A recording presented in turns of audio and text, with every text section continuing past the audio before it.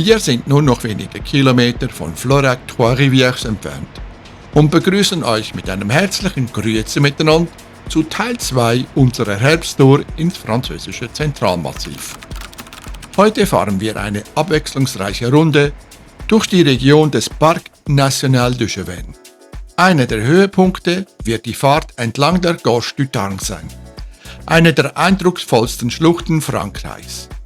Auch ein Besuch des spektakulären Viaduc de Millau steht auf unserem Programm. Im Hintergrund sehen wir die Spitzen des Ravin de la Croix Blanche. Dort hinauf führt uns nun die Route.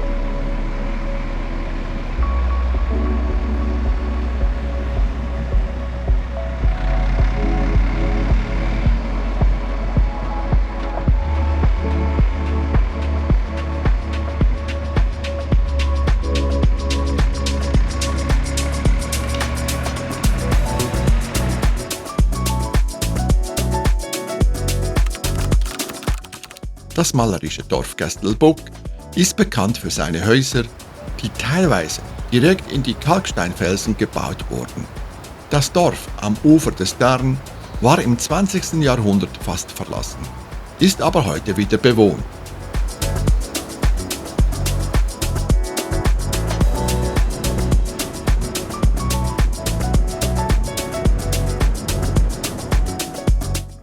Kurz nach Castelbouc beginnt die Gauche du Tarn.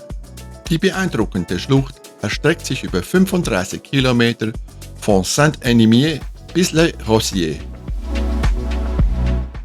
Der Fluss Tarn hat sich über Jahrtausende in das Kalksteinplateau eingegraben und eine spektakuläre Landschaft geschaffen.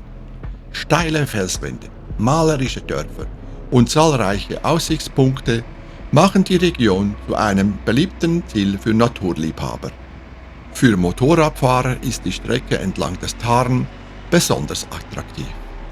Kurvenreich, wenig befahren und mit spektakulären Ausblicken.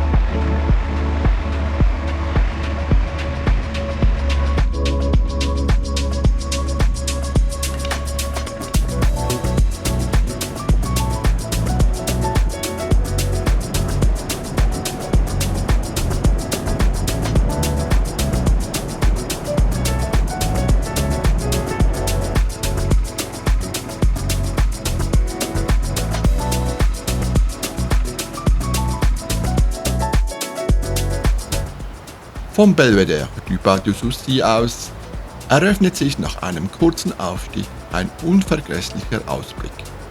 Enge Schluchten, gewaltige Kalksteinfelsen und die sich durch die Schlucht schlängelnde Tarn sorgen für ein unvergessliches Erlebnis.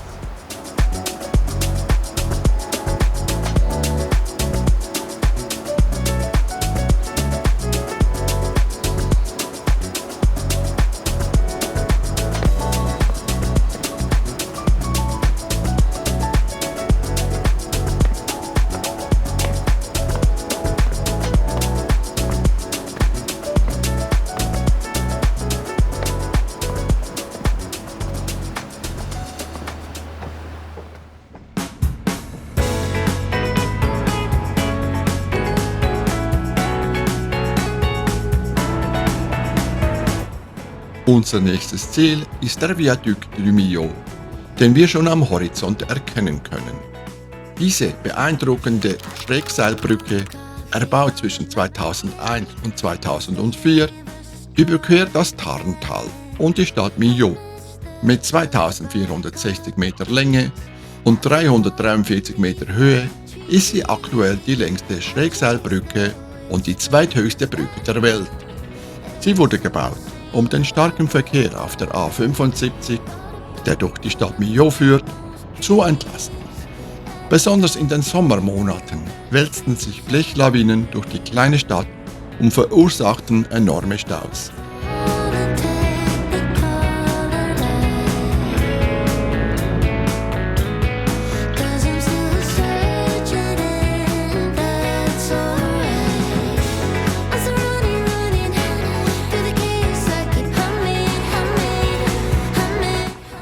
Nachdem wir Millau hinter uns gelassen haben, steuern wir wieder auf Florac-Trois-Rivières zu. Die Straßen sind nun fast verlassen, wir haben sie mehrheitlich für uns alleine.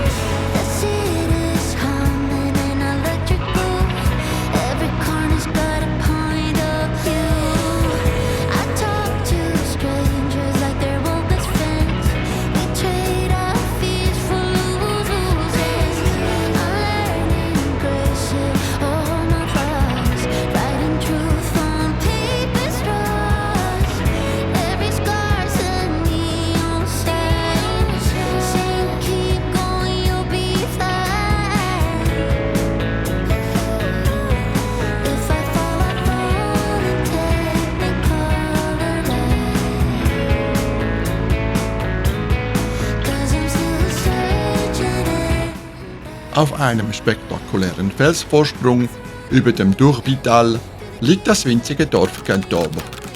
Mit seinen engen Gassen, alten Steinhäusern und einer romanischen Kirche bewahrt es seinen mittelalterlichen Charme. Schon im 11.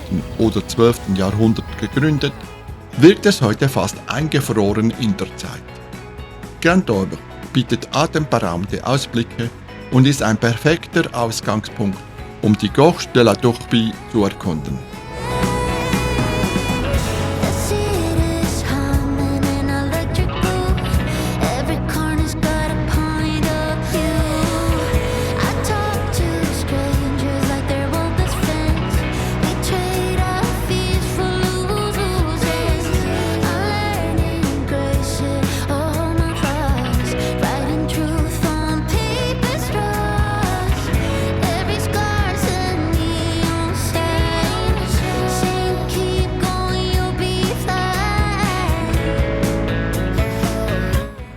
Zurück in Florac-Trois-Rivières, an unserem Tourkreuzpunkt, stehen noch knapp 70 Kilometer bis zu unserem Tagesziel Banassac auf dem Programm. Auch diese Strecke führt uns wieder über einige Cols.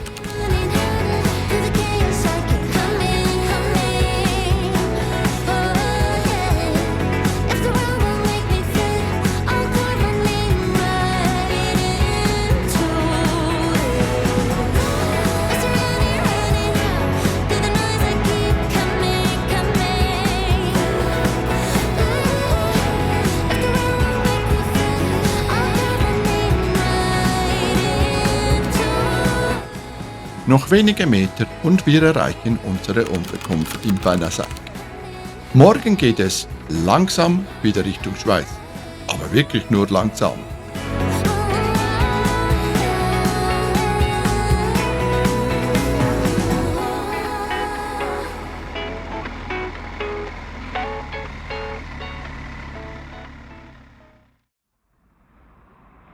Let's go, huh?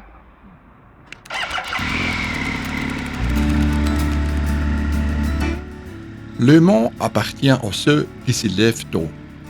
Oder für alle, die kein Französisch sprechen, die Welt gehört denen, die früh aufstehen. Das passt auch zu uns und so sind wir schon früh wieder auf dem Motorrad unterwegs. Der Plan für heute: bis in die Nähe des Genfersee fahren und dabei noch ein Stück des Zentralmassivs mitnehmen. Eigentlich wollten wir noch einen Tag länger in der Region bleiben. Doch die Wetterprognosen für morgen sehen nicht gut aus. Aus Westen zieht eine Regenfront auf und da wir keine Lust haben, im Regen zu fahren, machen wir uns heute schon auf den Rückweg. Aber zuerst genießen wir noch die wärmenden Sonnenstrahlen und die wunderschöne Landschaft.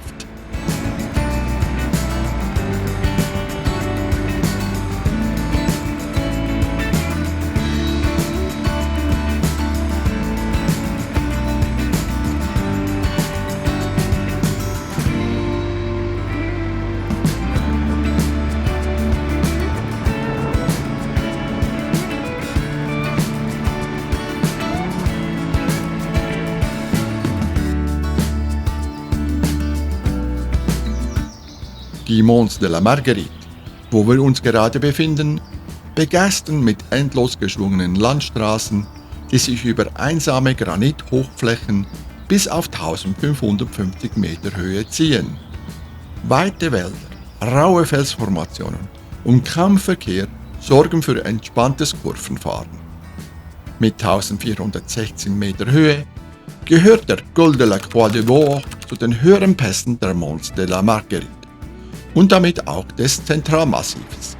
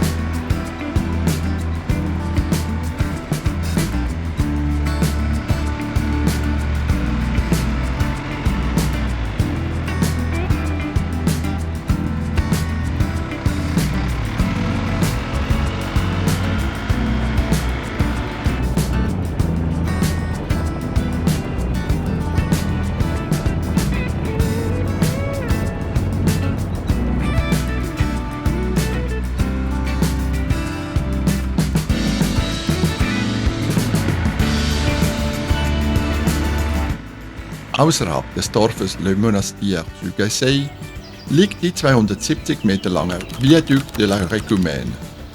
Die Brücke wurde zwischen 1921 und 1925 für die Eisenbahnlinie La Trenne-Savenol gebaut, wurde aber nie in Betrieb genommen. Kein Zug fuhr je darüber. Doch der Ort eignet sich perfekt für eine gemütliche Mittagspause. Und so genießen wir vor Ort die lokalen Spezialitäten, die wir im Dorf eingekauft haben.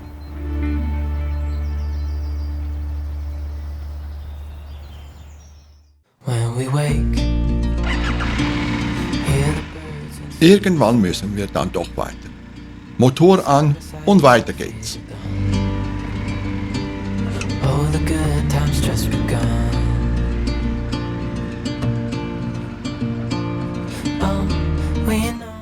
Ach, immer diese Anhalter. Aber diesen nehmen wir sehr gerne mit. So geht es zu zweit weiter Richtung Genfersee.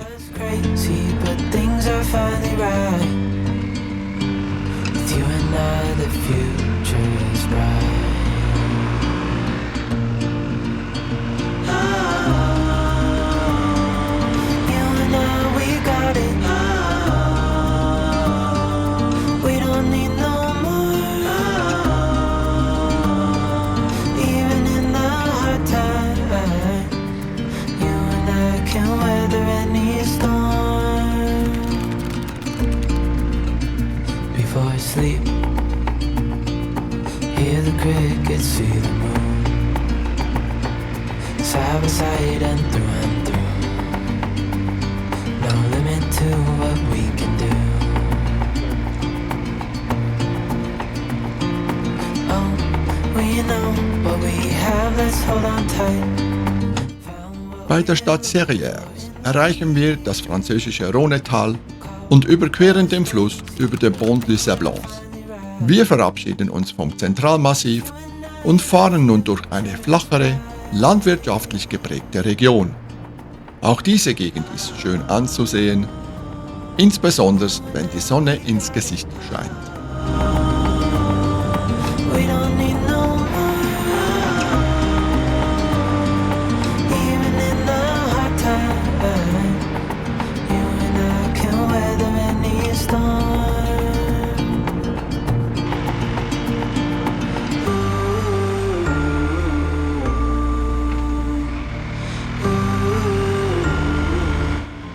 Knapp 30 Kilometer vor unserem Tagesziel in Viviers-du-Lac fahren wir zum letzten Pass des Tages. Unterwegs halten wir an einem Aussichtspunkt und genießen den Blick auf den Lac de la Guillette. You and I, we got it. We don't need no more. Even in the Hier ist er also, der Col de l'Épine, unser letzter Pass für heute. Von hier aus geht es nun noch runter nach Viviers-du-Lac, wo wir ein gemütliches Motel gefunden haben. Knapp 400 Kilometer liegen heute hinter uns, aber jeder einzelne Kilometer hat sich gelohnt. Morgen geht es endgültig nach Hause, aber sicher nicht ohne einen kleinen Umweg. we got it. We don't need no more. Even in the hard time, you and I can weather any storm.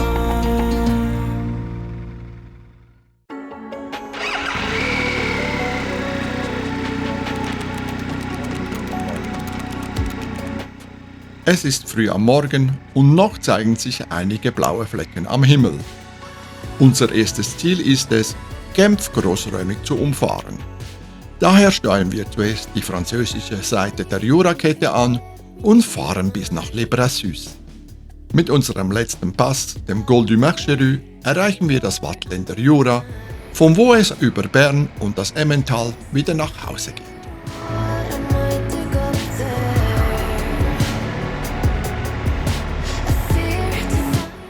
Um die Hauptstraße entlang des Lac de Bourget zu vermeiden, nehmen wir kleine Straßen über die Montagne de la Chambotte und erreichen den 897 Meter hohen Col du Sapellet.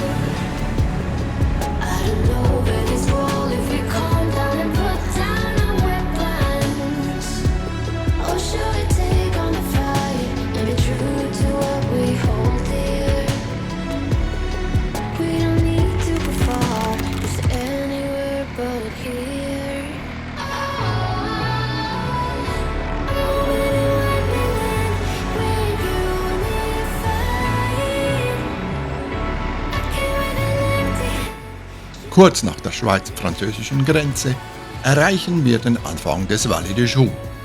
Auf rund 1000 Meter Höhe gelegen ist das Tal bekannt als Zentrum der schweizerischen Uhrmacherkunst. Das sogenannte Tal der Uhrmacher beherbergt noch heute bekannte Luxusmarken wie Audemars Piguet, Blancpain oder Jaeger LeCoultre.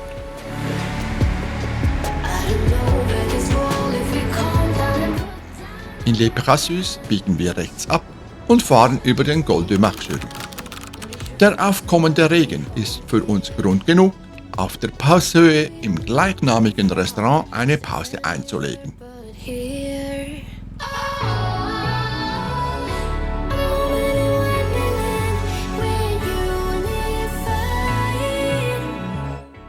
Es ist bereits Oktober und die Temperaturen sind eher kühl. Also die perfekte Gelegenheit, die Fondue-Zeit einzuläuten. Und dass nach dem leckeren Fondue ein süßes Dessert nicht fehlen darf, versteht sich von selbst.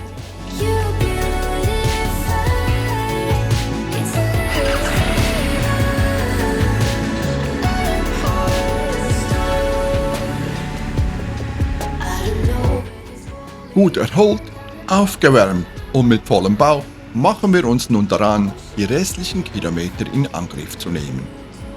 An dieser Stelle möchten wir die Gelegenheit nutzen, ein kurzes Fazit zu ziehen. Das Zentralmassiv und die Cevennen bietet Motorradfahrern kurvenreiche, wenig befahrene Straßen über Hochplateaus, durch tiefe Schluchten, ursprüngliche Natur und atemberaubende Ausblicke. Uns hat die Region sehr gut gefallen und wir können sie für eine Motorradreise nur empfehlen. Da der Rest der Route nicht mehr so spannend ist und wir schlussendlich ohne Probleme nach Hause gekommen sind, möchten wir an dieser Stelle unseren Reisebericht beenden. Wenn euch das Video gefallen hat, abonniert unseren Kanal, gebt uns einen Daumen hoch und schreibt uns unbedingt einen Kommentar. Wir lieben es, von euch zu hören und freuen uns über jede Nachricht. Wir sagen Tschüss und bis zum nächsten Mal.